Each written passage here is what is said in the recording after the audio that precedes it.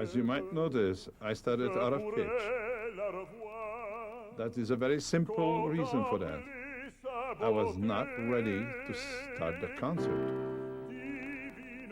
We had a little problem, and that is the reason. Another thing, the throat was not enough open, all during the aria practically. Right now, you see, I'm getting back to pitch. Now something is starting to function again. All of a sudden, my mind says, start. What I'm saying right now, there's a lot of teacher that's going to criticize this, but I don't care, because I made my career on this. It's the day I discovered how to open my throat. And I'm going to tell you one thing, I had to work very hard.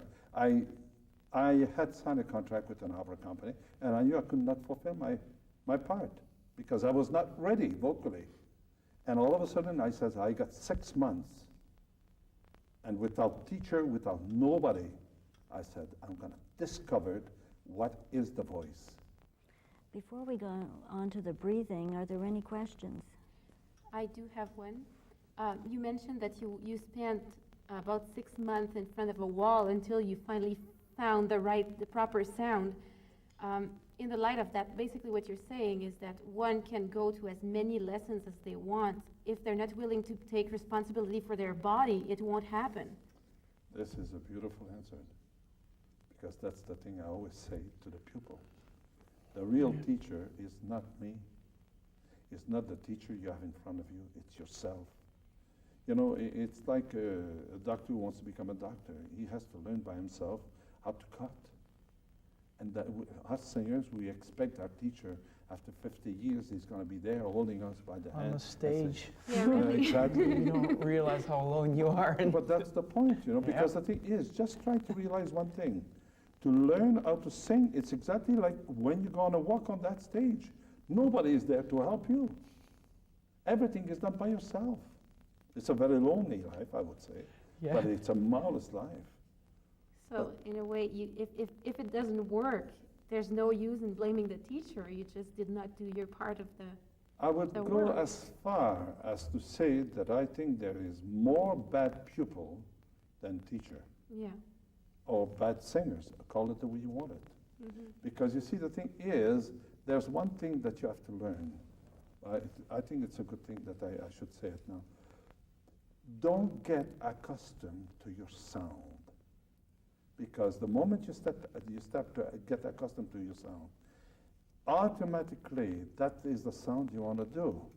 And you know how many times I saw pupil giving me that is the sound they want to hear. And I said, no, it is not possible. I said, maybe the sound that you don't want to hear, that you want to be not part of it, it's the right sound. I said, how are you going to do? Oh, I don't know. I don't think I want to sing. I says, good, give up. No, it's the only way. Yeah. Oh, getting back to the sound, there's one thing that To you the breath, always, you mean? well, even before the breath, since we were talking about the sound, the head position, because the larynx thank you very much. collapses. I've been a good pupil. My conscience. The thing is that I have to say, I have to be very careful. The head has to be exactly in the right position. And do me a favor, buy the last tape that the three tenor did, because that is a hell of a good lesson. Because I'm going to tell you one thing, when you look at Placido Domingo, you look at Luciano Pavarotti, Carreras, I would say maybe he was trying to use maybe certain things, but look at these two great monsters, I call them monsters. They know how to sing. Just watch what they're doing with their head. You're going to notice one thing, the head never moves. Yeah. And that is a very simple thing, because these two little chords are larynx. Maybe the larynx, let's say the larynx is long like this. You cannot make it long like this. And you have a lot of people, that's what they do. They either sing, or they sing, ah. And I'm going to give you a simple example. Now, if you listen very carefully, don't sing, but just listen carefully. You're going to hear, when I take the breath, Now I'm going to bring the head down. I try to open the throat. There's nothing I can do. Now I'm going to go the opposite. I'm going to go up. There's nothing I can do. But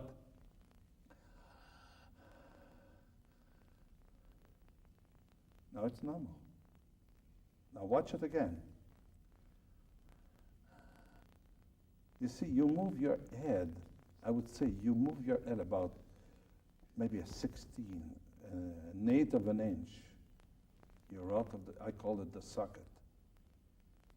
That is the danger. You have to be exactly right on the socket. And watch Pavarotti singing. Watch Placido singing. It's exactly the same thing. If they're a little bit tired, sometimes they might raise the head like that to maybe to stop the voice going, but that could be dangerous. But they don't do it. They know what they have to do vocally. I'm not criticizing the way they do the singing. No, it's the opposite. They know what to do. And these are the people, for young singers, it's to watch.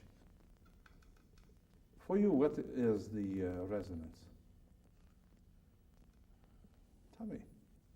What is the resonance? My whole body, my head. Well, I say that obviously the sound is made there, and then it has to be resonated into somewhere, and that is up to you where it goes, if you can have some type of opening for it to go. That is not bad, but the real resonance of your voice is the chord.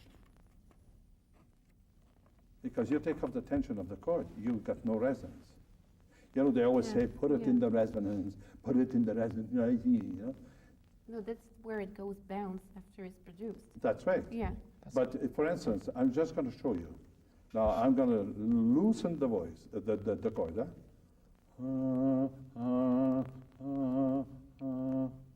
There's no resonance. But if I tension the chord, I will give you. Has nothing with the resonance. The resonance is a cavity. Yeah. Now I'm coming to the resonance after this. But the real production of the resonance, it's thanks to the chord. It's the chord that makes it. That's why you have to be very careful, because a lot of singers, they think, oh, well, you got a big voice. You got to make a big voice. No. Well-produced voice. Look at the violin. The violin is not a big instrument, but it still makes a good sound. How did it make it sound? Because it's got its cavity, but it's not that he's pushing in it. No, it's only the vibration of the chord and the bow. That's all it is. Through a piece, what do you call it? Bridge? The bridge. Yeah. Through the bridge, it gives that vibration on the rest of the violin. But the violin himself, it is not. It creates the sound, yes, but it's done from ear, communicating to this bridge and to the bridge to the violin. That's why the resonance of the violin is done by the chord. That's why you got a good violinist that's going to play the violin. All of a sudden, you're going to hear a sound like you say, my God, I don't know, where does that sound come from? How does he make that sound? He's got his own way to do it. And maybe his way to do it is by less pressure on his bow, as least as possible, but to have more vibration from it.